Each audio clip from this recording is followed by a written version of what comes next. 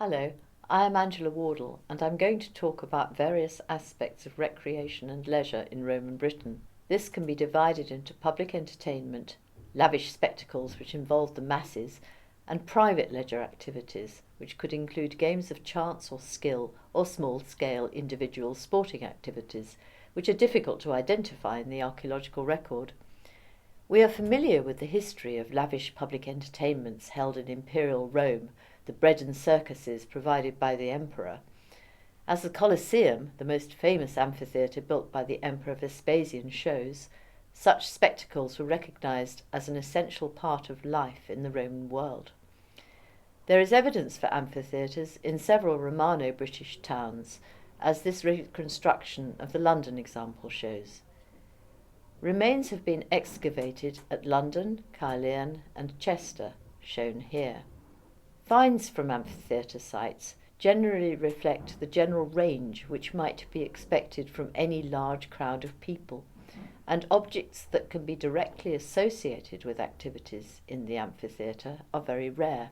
But representations of gladiatorial combat or wild beast hunts, venationes, can be seen on many items in everyday use, for example on Samian vessels, perhaps sold as souvenirs, or on lamps. This lamp shows weapons and armour. It is thought that gladiatorial combat developed from Etruscan and Republican funerary rites, and lamps depicting gladiators sometimes appear as grave goods. For example, this fallen gladiator was one of 6 lamps from an elaborate female cremation found in Southwark.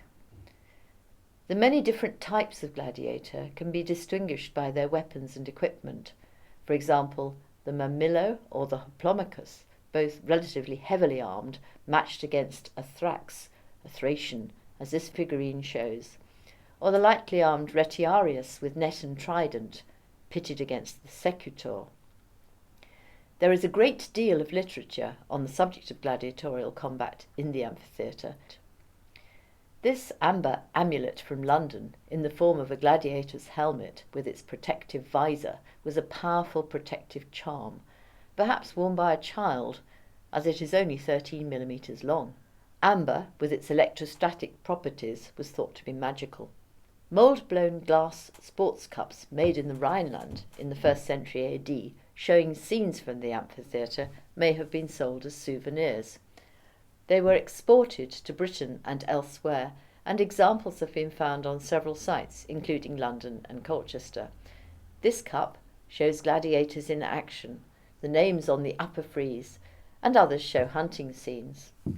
It is unlikely that gladiators or prisoners in Britain fought the exotic wild beasts imported in great numbers to Rome, but bull and bear baiting is likely to have taken place.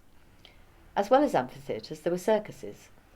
Some cups, as this replica made by Mark Taylor and David Hill, show scenes of chariot racing which took place in the circus. A circus, the first to be found in Britain, was recently identified at Colchester. The glass cup from Colchester shows 4 quadriga teams in the lower zone.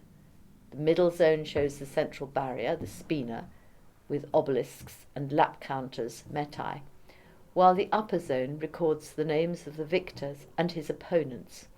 Of course, the fragments which we normally find on site are very much smaller.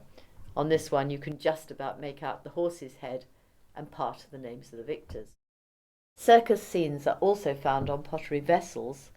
This colour-coated pottery jar, also from Colchester, shows a quadriga race. Fighting in the amphitheatre was accompanied by martial music, the blare of brass instruments dramatising the action and signalling the different types of the combat. Music and musical instruments will feature in another of our films. The other place of public entertainment was, of course, the theatre, and distinctive theatre buildings unknown throughout the empire, as this fine example from Syria.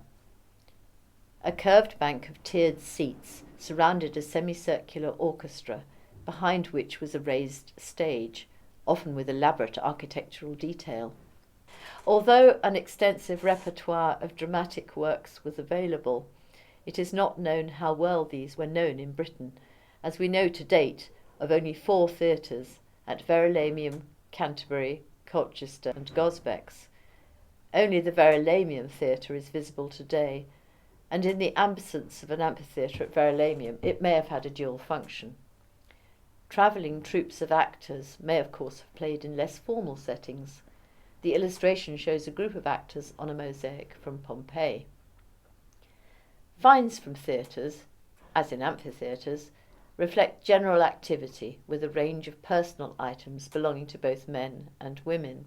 But urban and military sites have produced a few finds with specific theatrical associations. A copper alloy mount from London, in the form of a theatre mask, may be from a vessel, and this fingering bears the image of Thalia, the muse of comedy, or showing a general familiarity with the theatre. The discus on this lamp shows a theatre mask.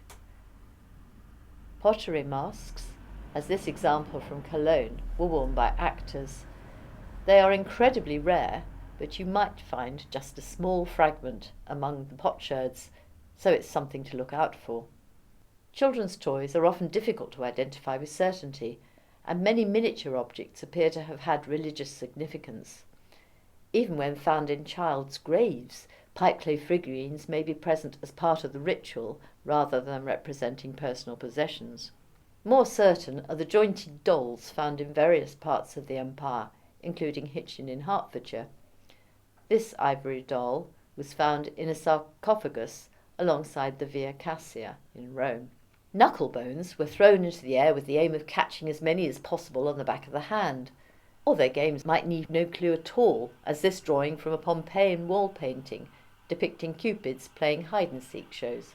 The baths were used not only for hygiene purposes, but also for relaxation, exercise and social contact, akin to modern leisure centres. Large bathing establishments had exercise grounds, but most sporting activities are invisible in the archaeological record. Boxing, for example, and other of the sports shown on mould-blown glass cups, could have been practised in the arena or in smaller spaces. The athletic women seen here, playing with a ball, are wearing a form of two-piece bikini. Leather briefs have been found in London, and this is a replica.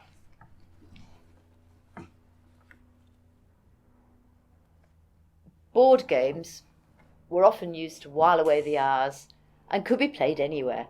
This is a small selection of dice and counters in bone, pottery and glass, to be found on many Roman sites.